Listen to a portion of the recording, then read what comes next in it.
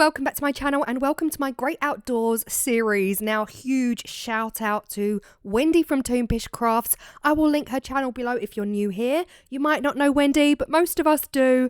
She sent me these. Now, if you remember recently, Wendy did a whole video on using paper in resin. And I just wrote on there, she knows me, we chat all the time on WhatsApp. And I was like, oh my goodness, those papers are amazing. So she WhatsApped me and she was just like, can I send you some? Because I've got way too much. I bought back from America when I went on my trip. And I was like, listen, you don't have to ask me twice, okay? Wendy's got my address and I dare say if I said no, she would have sent them anyway. And lo and behold, this absolutely gigantic package came in the post. Look at these papers.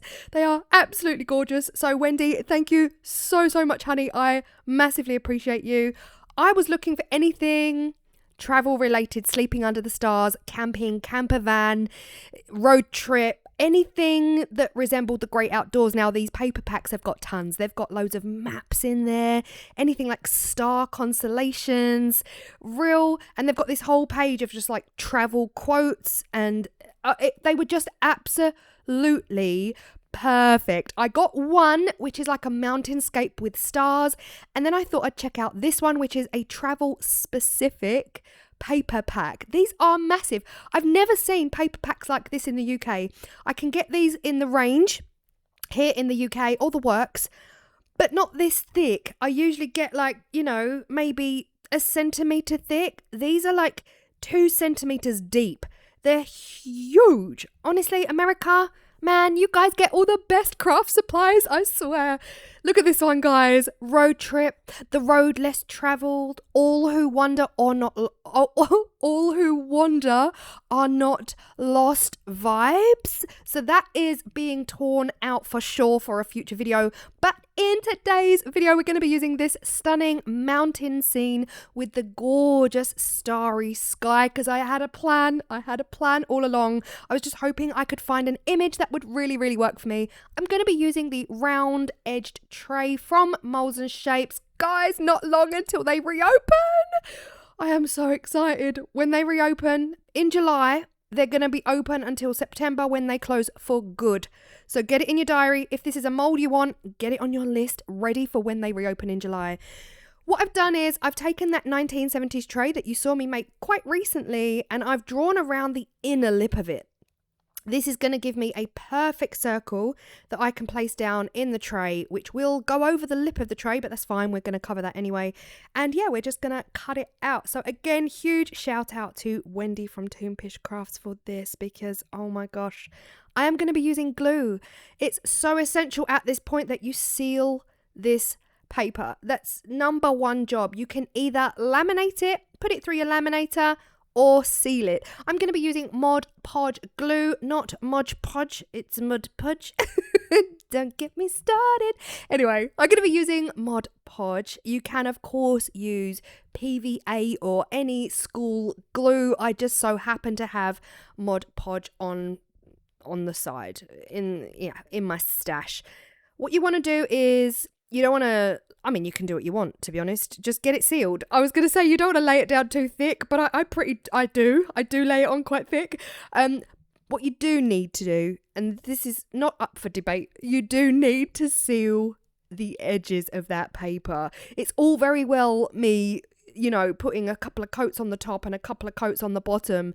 But if there are any gaps around the edge of that paper, you're going to know about it. The resin will seep in. It will get in there and you'll see it. You'll see the leakage, the seepage, and all of those gross words. Anyway, this is coat number 1. You can see I just spend a lot of time going around the edge over and over and over and over. This is the next day. I took my sweet time on this project. Honestly, for such a simple project, it took days to make. This is the next day and coat number 2 is going on. I'm not taking any chances. Coat number 2 going on the front.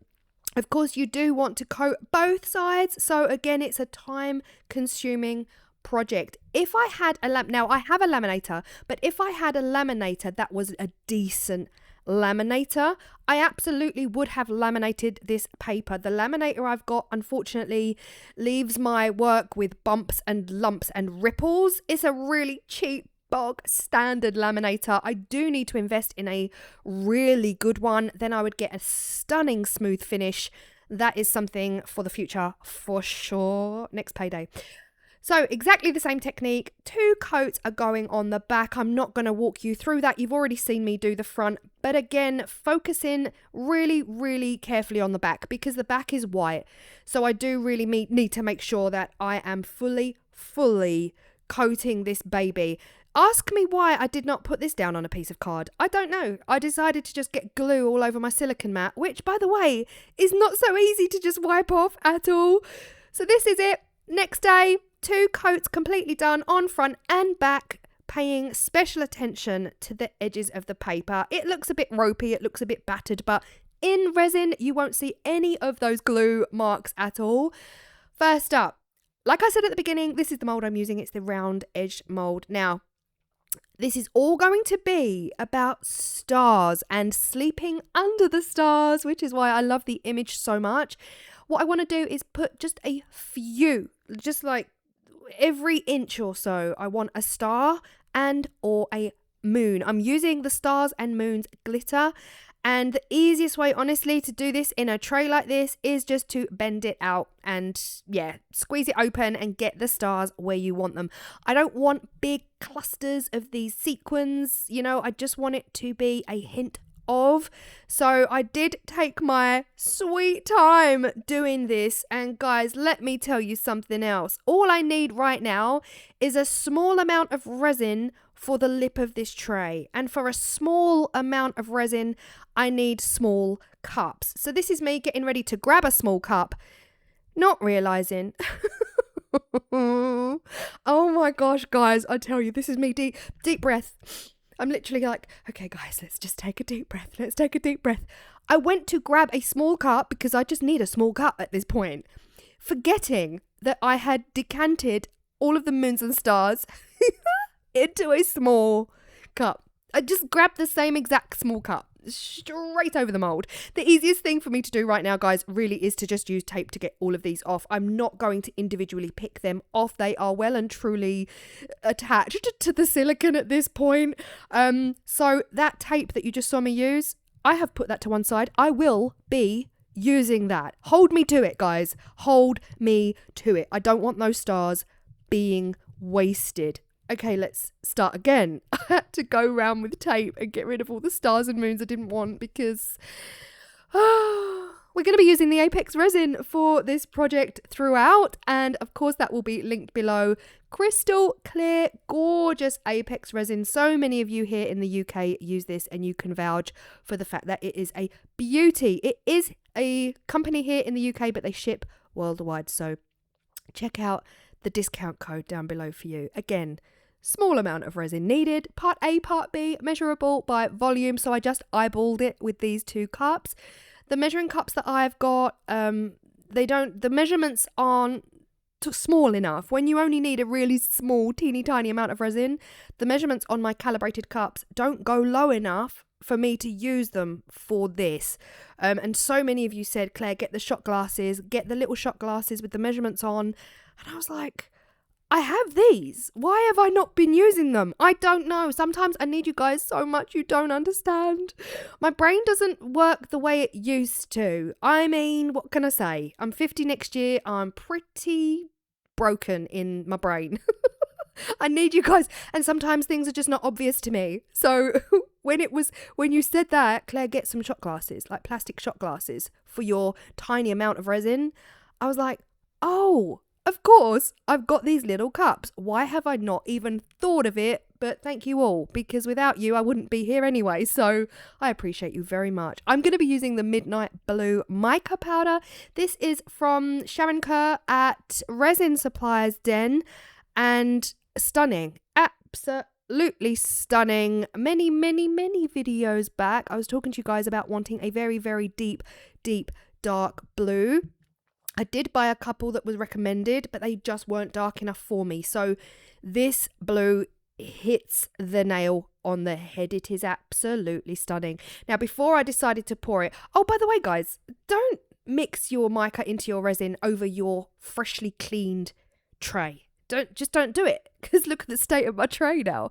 What I did do before pouring the blue was to just go around with a little bit of that super sparkle white. Now you could use glitter, I think silver glitter as well, and I mean minimal silver glitter just sprinkled down into that rim to give the effect of just a starlit sky. Absolutely beautiful. So yeah, 24 hours later, cleaning the mould. Yet again, I do just use a wet wipe here with some alcohol spray, but make sure that the mould is completely dry by the time you pour your resin down. It's not going to necessarily want to have been, what am I trying to say? Wet wipes hold the water. You don't want the water and the resin to mix. They don't go together. They're not friends. So basically let the mould dry before you pour the next layer of resin.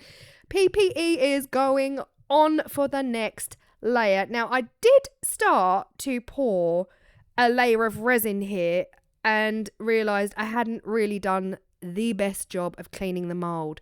Now again, I'm using Apex. I mentioned that before. It has been so cold, like honestly, Brits, if you're British, if you're here, if you're in the UK, you know it. We've gone from 33 degrees. We've gone from having the hottest May on record, guys. Since records began, the hottest May. And in the first 4 days of June, it rained more in the first 4 days of June than the entire month of May.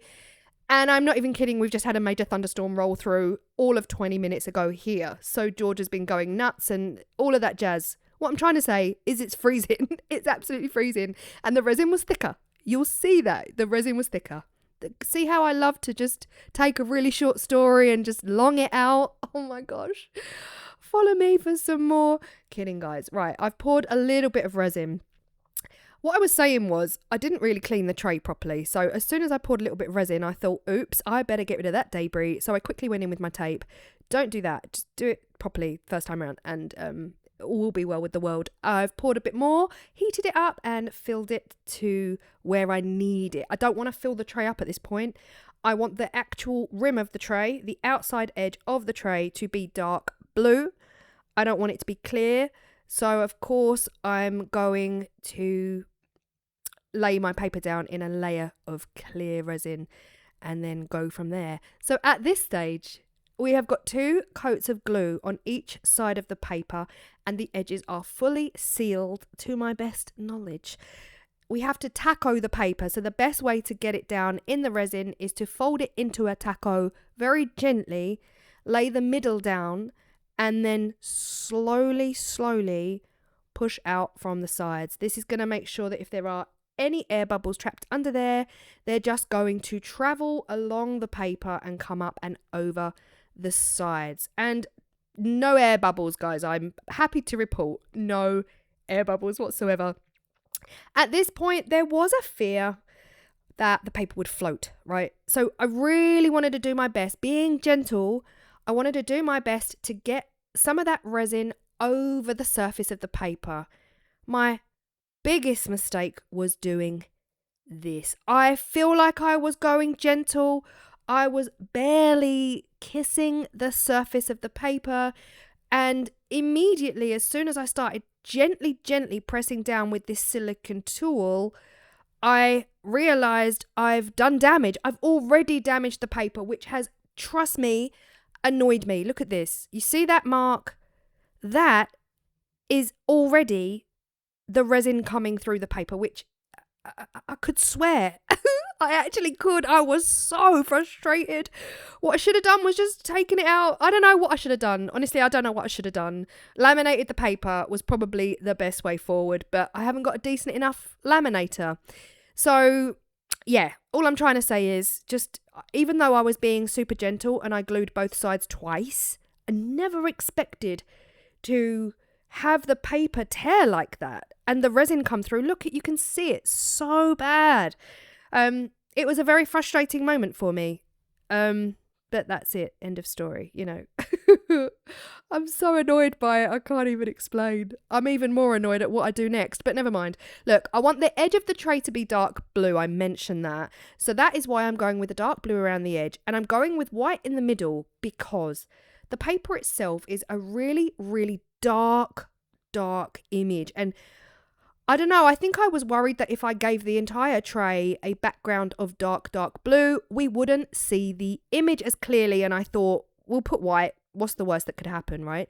Thanks again to my patrons. Sleeping beneath a canopy of stars is the best therapy. Now, I asked my patrons to give me a ton of quotes, all things sleeping under the stars, and it was Ms. that mentioned sleeping beneath a canopy of stars. So thank you so much, patrons. This is the other thing I did that really annoyed me. Now, firstly, it was intentional where I laid this vinyl. Secondly, as soon as I listen, I know we're all thinking it. Why did I not lay the vinyl down over the ruined area? Because it would have worked. Now, my thought process was, if I brought that quote all the way down to cover the boo-boo, the little boo-boo, it would have covered the mountaintop. It would have been over the mountaintop.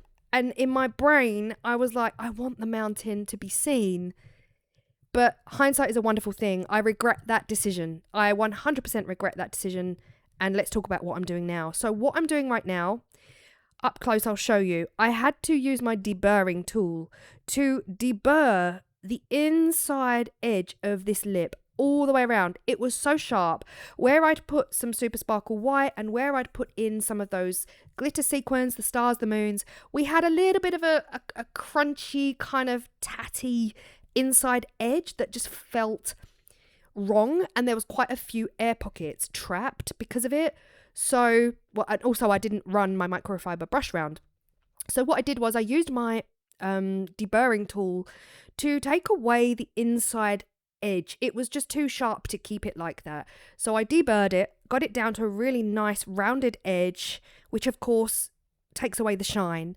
So that was me just using minimal amount of resin to rub all over that inside lip, just to take it back to shiny. And it worked a dream, But, oh my gosh, I'm so frustrated with myself with this one. I am so frustrated.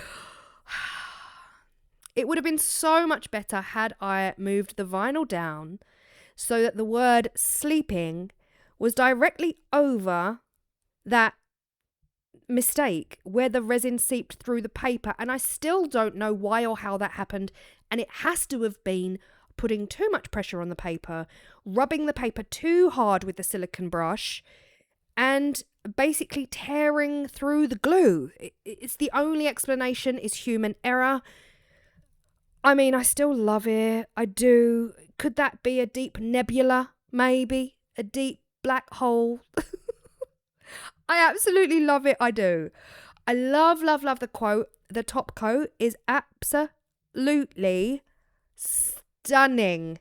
The best top coat in a long time. Not an ounce of debris. Always the way, isn't it? I'm not going to give you any debris today, Claire, so that we can see that massive mistake you made.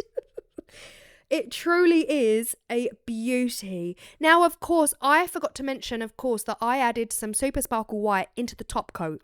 Just a tiny amount. Teeny, and I mean teeny. The Super Sparkle White goes a long way. I forgot to mention I added a bit into the top coat, which then gives you stars in front of the mountain, which I didn't think about at the time. So, lots to unpack, really. It's just a standard Claire's Crafty Corner video. I think it's time to quit, guys, at this point. Oh my gosh. I mean, I do love it. I really do love it. I'm just mega frustrated that I didn't just bring the font down to cover that mark. I was just so hell-bent on not covering the top of the mountain that my brain wouldn't let me think about the impact of that. The consequences of that would be this glaringly obvious bleed through the paper, and I'm frustrated with myself, so you don't have to be. You're welcome. I hope you enjoyed the video. Regardless, I am honestly gonna produce a perfectly perfect video very soon, guys. Very soon. Ay. Right, sleeping beneath the canopy of stars is the biggest therapy, the best therapy. I love this one. I love everything about it, with the deep moodiness and the meaning behind the saying as well. Let me know in the comment section down below if you're enjoying my outdoor series so far, and I will see you all in the next video. Bye.